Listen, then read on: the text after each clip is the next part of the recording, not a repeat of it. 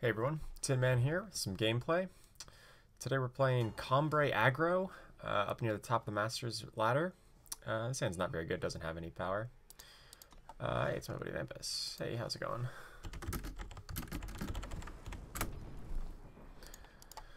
Alright, so this hand is, it's fine. This deck doesn't have too many 1-drops, so you're not really always looking to hit a 1-drop. We only have Initiate of the Sands. So being able to cast Crownwatch Paladin on turn 2 into Knight-Chancellor on turn 3 is pretty much the best curve we can kind of reasonably expect. We have all of our colors sorted out. We've got 2 of each. So all around a pretty solid hand.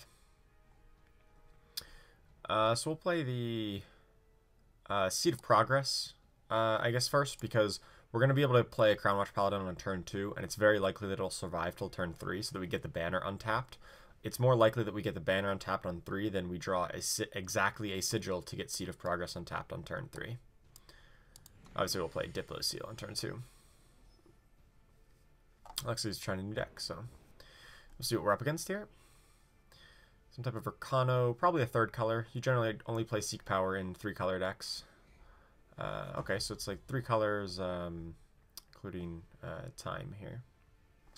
So we'll just play Diplo Seal. It doesn't really matter what color we get. I'll just grab Justice, because we know we have double Justice cards, and the only double time card in the deck is Venom Rider.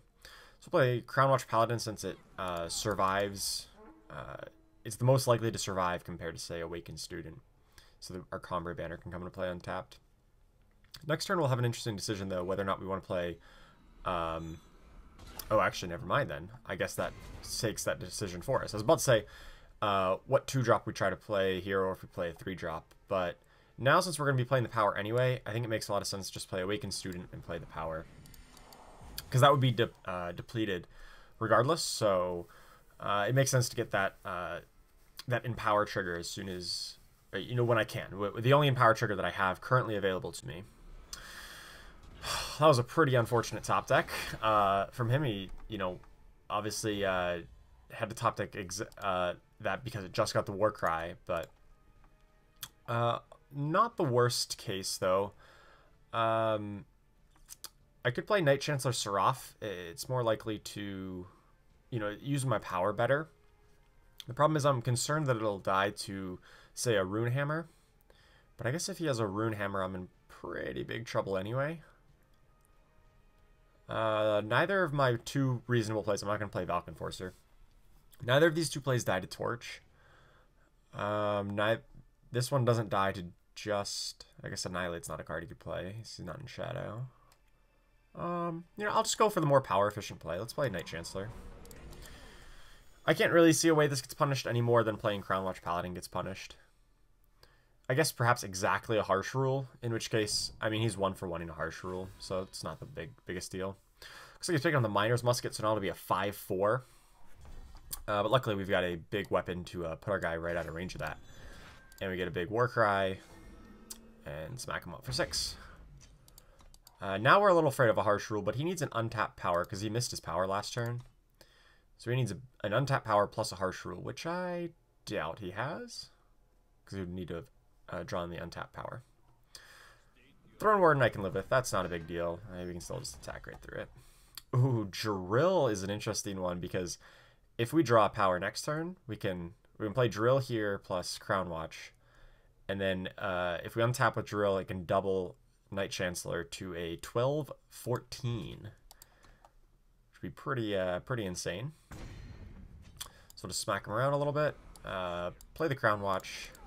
He can still play the Miner's Musket. That's no problem. Miner's Musket can, bonk the Crownwatch Paladin. But if he's going to spend his power on Musket, then he's going to take a beating here. Going to take a beating from the other 2 guys. So there's an untapped power for him. So we still need to be a little afraid of a harsh rule here. So I really don't want to play anything more onto this board until he starts trading 1 for 1. So he doesn't get too much value out of a harsh rule here. Wanted poster. Okay, that's fine.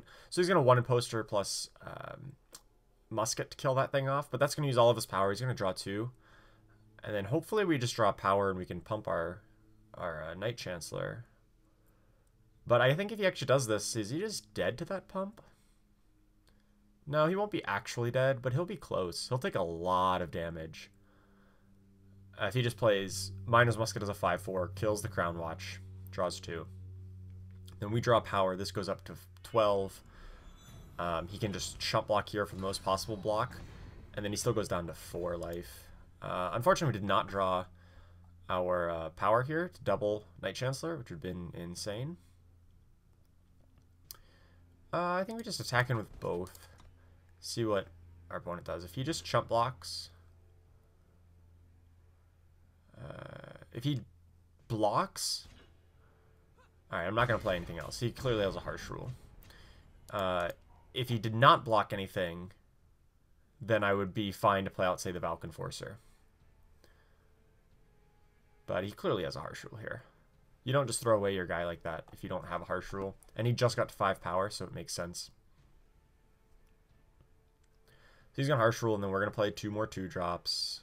These are not nearly as threatening as these guys, but they're still pretty strong. Is he debating? He can't really... I guess he can afford to run the risk of... That's interesting. Okay, so he just didn't do anything. Alright, well, we didn't draw the power, so we'll attack him down to 1. Scorpion Wasp was interesting. That's not a card I was expecting at all. Okay. Sure, so since he traded 1 for 1, I'm fine to play out some more guys. I think in the interest of threatening him as much as I can, I'll play an Aegis unit, because that'll protect against Harsh Rule, and I'll play a Jaril to threaten to double pump the Chancellor in case he draws armor or a blocker. So there's the Harsh Rule, that's fine. I still have plenty of threats to follow this up, and I still have this guy on the field. We'll attack. I'm only going to put out just enough pressure to force him to respond here. That's actually all I can do, is just this guy plus the power. I can't actually cast the Valkenforcer. Even if that was an untapped power, I'm not sure I would cast Valkenforcer here. I might, though. I feel like if he had 2 Harsh Rules in hand, for instance, he wouldn't have debated playing the Scorpion Wasp. He would have just Harsh Ruled initially, and then once I redeploy my board, he'd Harsh Rule again. He wouldn't try to get cute by getting a Scorpion Wasp. He does have a Harsh Rule, so I guess we would have played correctly here, but it's still not great. We'll just play out 2 guys. Still threatening Fatal. So every turn from now till the end of the game, we're just going to keep on threatening Fatal as much as we can. A 3rd Harsh Rule, of course. Don't know what else I expected. Alright, still threatening Fatal.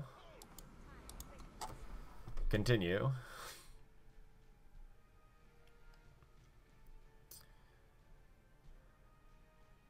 Fourth Harsh Rule? Would be logical at this point.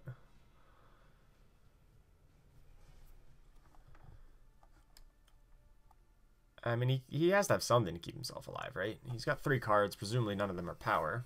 Maybe just the one he top decked is power, but at least 2 of them are non-power, and I think any non-power in his deck right now pretty much keeps him alive.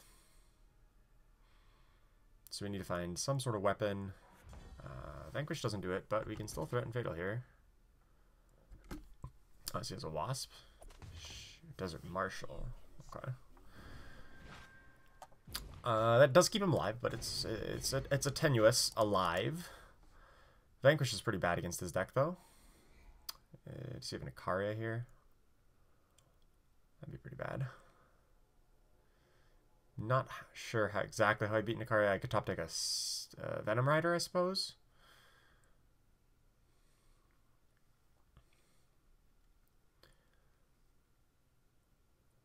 We'll see. Molten Fist. Interesting. Alright, so he's at 4, so... Yeah, now we draw the stand together, of course. Would have been quite good last turn. I would just straight win last turn. Sure. Yeah, this is going to be a problem. This is going to be a problem. I guess there's not much of a reason to vanquish this thing, is there?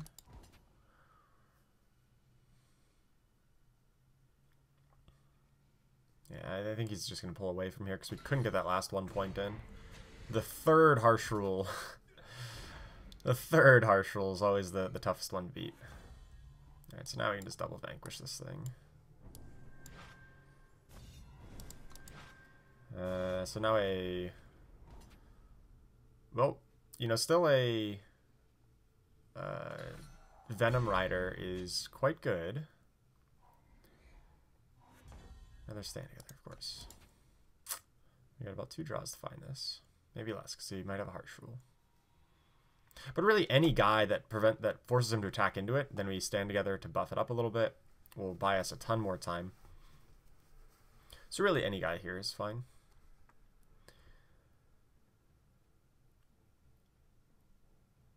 I'm not sure what he's debating on. Maybe he thinks we might have an ambush unit. Sure. Trust me, but if I had a Desert Marshal, I would have played it turns go.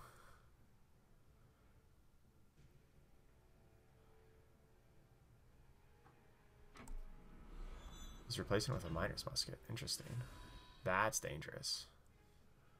Oh, he has a Reforge. That would make sense. Disjunction. Okay. Alright, well, Desert Rider or Venom Rider or bust here, I suppose.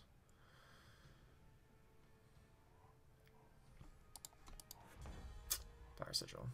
Alright, oh, that's that. So, wow. Tough loss to take there. I mean, we got him to 1.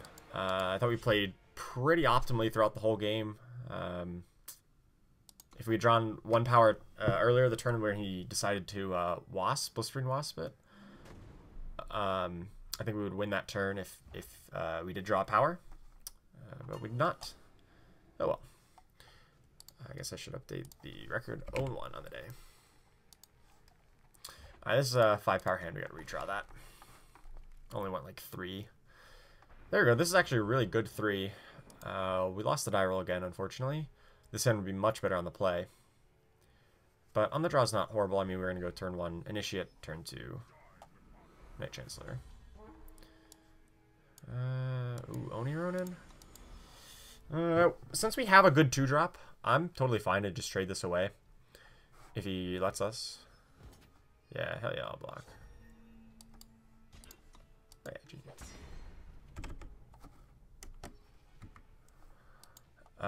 Okay, that's fine. So he's like Skycrag aggro, which has definitely been on the downturn lately. It's not been an exceptionally popular deck. Partially because it doesn't line up well against a lot of the mid-range decks that are running around right now, but it actually lines up decently well against this type of a deck. You know, their spot removal is quite good. Their torches and permafrost, obviously. But he just has a lot of small units. Like, I guess maybe if he had a Vadius, he might not have played it yet. I think I'm fine to just use my power efficiently and play the Knight-Chancellor. He's already used a permafrost, so his answers are a second permafrost or another mortar.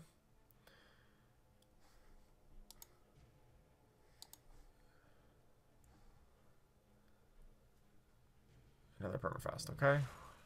So he's going to get the beatdowns going, but he's running out of, like, cards in hand. And we're going to have 2 more blockers on board, which will be pretty reasonable here. So let's go Awakened Student, Sigil, Crownwatch. Fortunately, Crownwatch is not a really good blocker here. It's only going to... It will trade for the Snowcrest Jetty, though, which is the important part. Because I don't want to have to trade my 3-3 for his 3-2. I'd rather trade up my 2-1 into his 3-2. Looks like he's in one of those still had all these moments. You know, he still had all the answers to our threats here. But his clock is not very fast. It's still only 2 damage a turn, and he's only got 1 card left. Ooh, Venom Rider is interesting. It does die to Torch, which is a concern. But if I do anything else, I can't really block his guys anyway. I think I'm just going to play it and attack. Because Jaril actually doesn't require him to exhaust to use his effect, so I can still use his effect. And if he's kind of running low on resources here, I think we can, we might be able to race him in a weird way with this Hammer of Might. And if he has a torch, then, you know, if he has a torch, this is this is fine. Like, it's better to attack with it first, right? Because otherwise I don't get the 3 damage in. He's going to torch it anyway. If he doesn't have a torch, well then... looks like he didn't have a torch. But I drew a much better blocker. So let's just get in. Let's keep on... We need to keep a clock going on him. This guy could hold back and potentially prevent some damage, but... I'd rather have... Like, he's going to have to chump attack anyway if he attacks. This guy's not dying to a mortar or anything, since he's a, you know, Aegis and 4 power or 4 toughness. And he makes a lot of sense to put the Hammer of Might on. Hopefully we draw power and then Jaril him. So I could Hammer of Might one of these guys. I think that's the play. It's the most power efficient. I think it's just going to go on Copperhall Elite. And I think we're in a position to beat him down, right? What's the best card he could have? Mortar. If he has Mortar, it's 1, 2, 3, 4. Plus 4 from Mortar, that's 8. He still needs to come up with 6 more damage. So he needs to have exactly Mortar into exactly Overwhelm or Obliterate in order to make this attack bad. So I'm just going to put this on the 4, 4, and then attack with both. Because now we're putting the clock right back on him real quick. This is threatening to kill him next turn if we draw power. So he did have a Mortar, and this aggressive line, because we attacked earlier for 6, this aggressive line forced his Mortar out on my guy and not on me. So it saved me some life there. And he is still dead to an untapped power next turn. Yeah, he's still dead to an untapped power. I don't know if he knows that or not. Another stand together. Does not help. 3, 4, 5, 6, 7, 8. So, I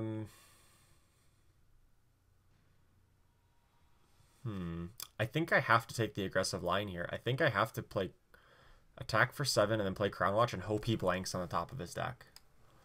If he blanks, then I can force him to do some chump blocks the turn after.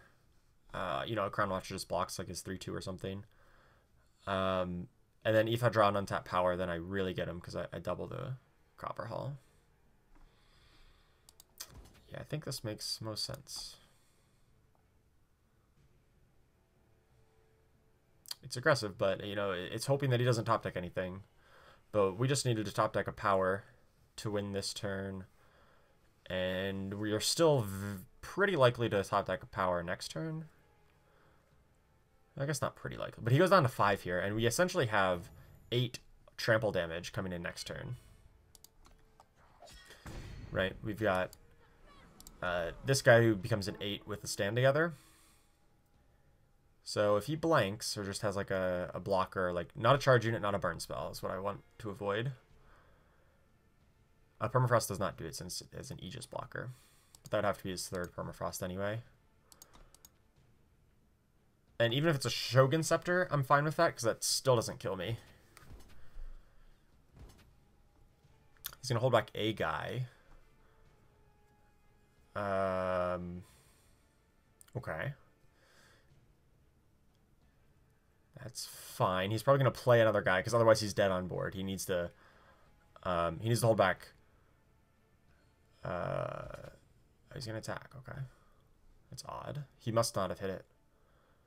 He's in an awkward spot, whereas if he didn't hit anything, if he just has a power in hand, then he can't really win. Like, any attack that he makes is bad if he just has a power in hand, because I'm going to attack back with a 7/7. So this might just be a desperation attack, hoping I miss the block. Or maybe he plays another blocker here. As long as it has less than 3 toughness. It has exactly 3, so he dies exactly to stand together. That's awesome. So I'll just cast stand together right here. Attack for 8, and that's game. Alright, barely. If he had held back that Grenadin in addition, we very well could have lost that. We very well could have lost that. Ooh, first win of the day. Nice. Got our pack. Other chest. Alright, let's keep going. Let's see if we can break back into top 10.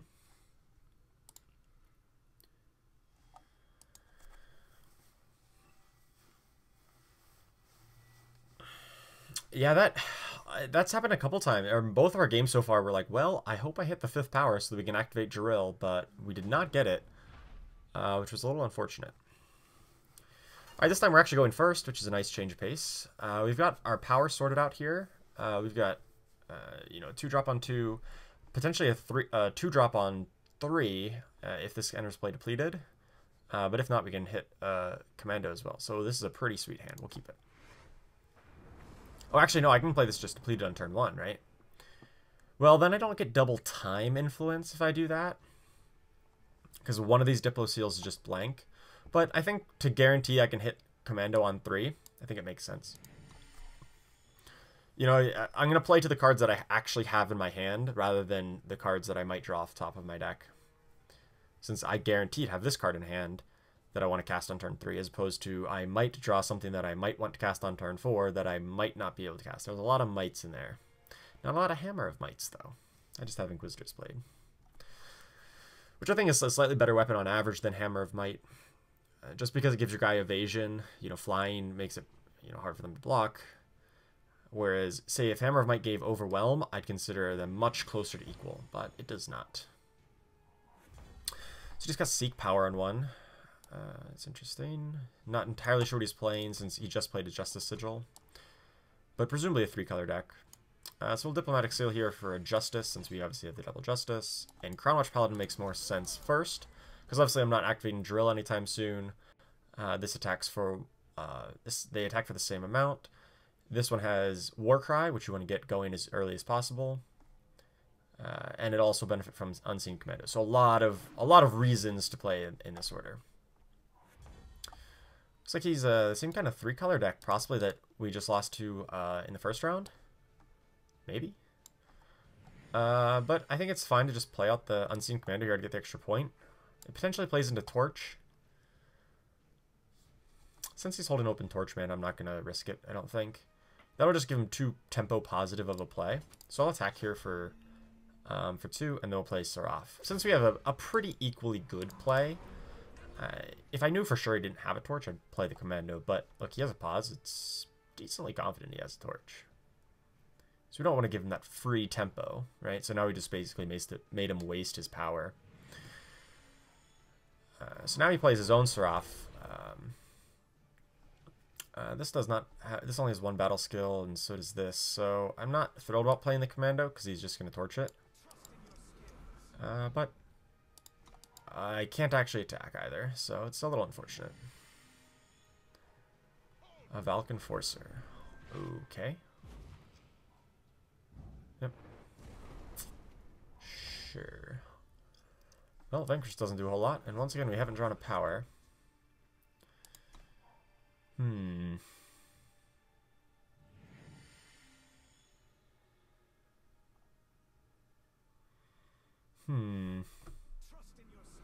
We draw power, then Inquisitor's Blade comes online, which would be pretty sweet. There we go. I think I just Inquisitor's Blade up the Aegis unit here, and then hold it as a blocker against his flyers.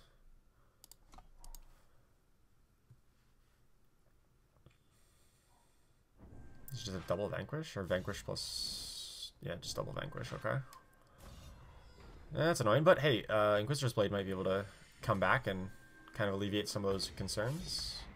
But it needs to come back quick. Alright, in the meantime, I guess we're just going to have to play Hammer of Might. I guess on the Siraf? No, probably the Jaril. Because I want to hold back Siraf to block his Siraf.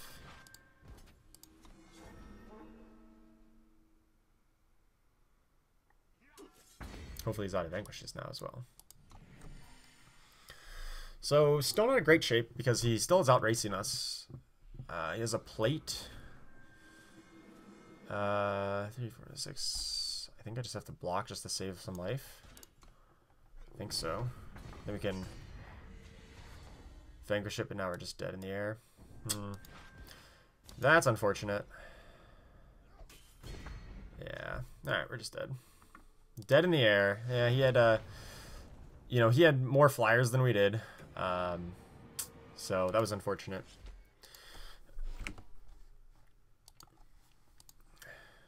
Let's play one more, since that was a quick game.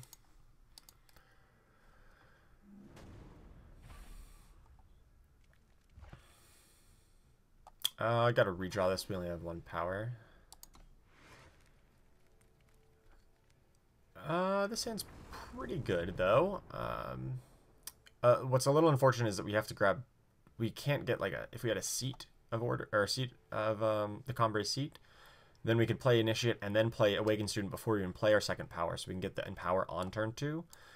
But unfortunately, since we only have single influence power, we can't quite do that. We're going to have to play the second Sigil before we play the Student.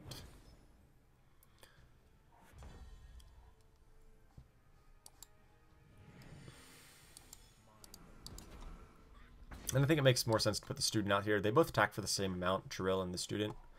Student has the higher upside, where if I do draw a power, it can attack for more.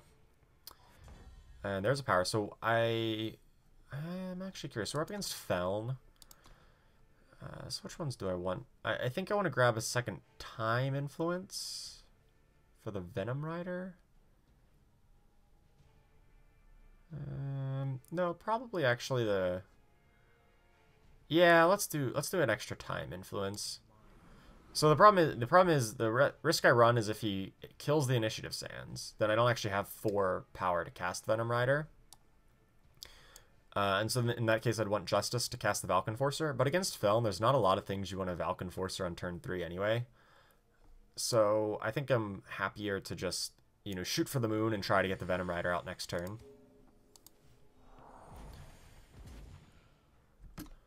And Feln doesn't really have any, or they do have Hailstorm. So we'll have to hold back this drill. If he has an untapped power plus Hailstorm, that's some trouble. That's okay. That's an extract, much less scary than a Hailstorm. And rewarded, nice. So I think if he had a Hailstorm, he would have cast it there. So I've got pretty much no fear here of just running out the Venom Rider, getting in with everybody. Still not in the best shape. I mean, we don't have any weapons to really push these last couple points, but if he stumbles here, I think this is plenty enough pressure to end the game in a few turns, assuming he stumbles here. But generally, you don't want to be spending your power to play draw type effects like this, because that's not really impacting the board. And I'm playing a game where, you know, being board dominant is really all that matters.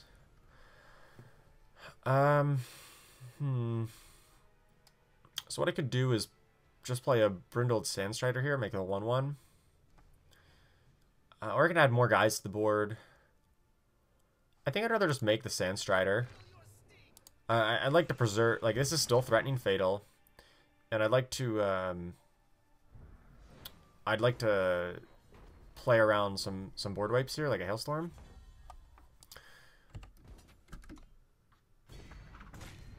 So he's still pretty low.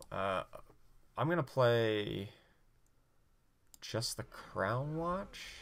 If he has Hailstorm, I don't want to give him any more value. This is still fatal to any spot removal he might have. And then we got plenty to rebuild after that. Any guy he plays, which just dies to Sandstrider. He's probably just digging for a Hailstorm here. If he doesn't find it, he's dead on board. And if he does find it, well, then I can immediately reload. And I know he only has one, essentially, because that's all he had last turn. Or he didn't have one last turn. And that's the game. Nice top deck. Well, to be fair, that or any of our weapons was a fatal attack, so it's pretty good. All right, so we finished off 2 and 2 here. I'll end the video here for now, since I don't want it to go on for too long. But I think that showcased some of the power and a lot of interesting plays and lines of thought around this Combrei Aggro deck, which I think is a really good choice of the meta right now. I've been able to climb up to and near the top 10 with the deck, and I think it's a really good choice. I'll bring the deck list up here on screen, but if you also want to check out the link in the description below, you can check that out over on Eternal Warcry. This is the link, the deck we were running with. So thanks so much for watching. I really do appreciate it, and I'll see you next time.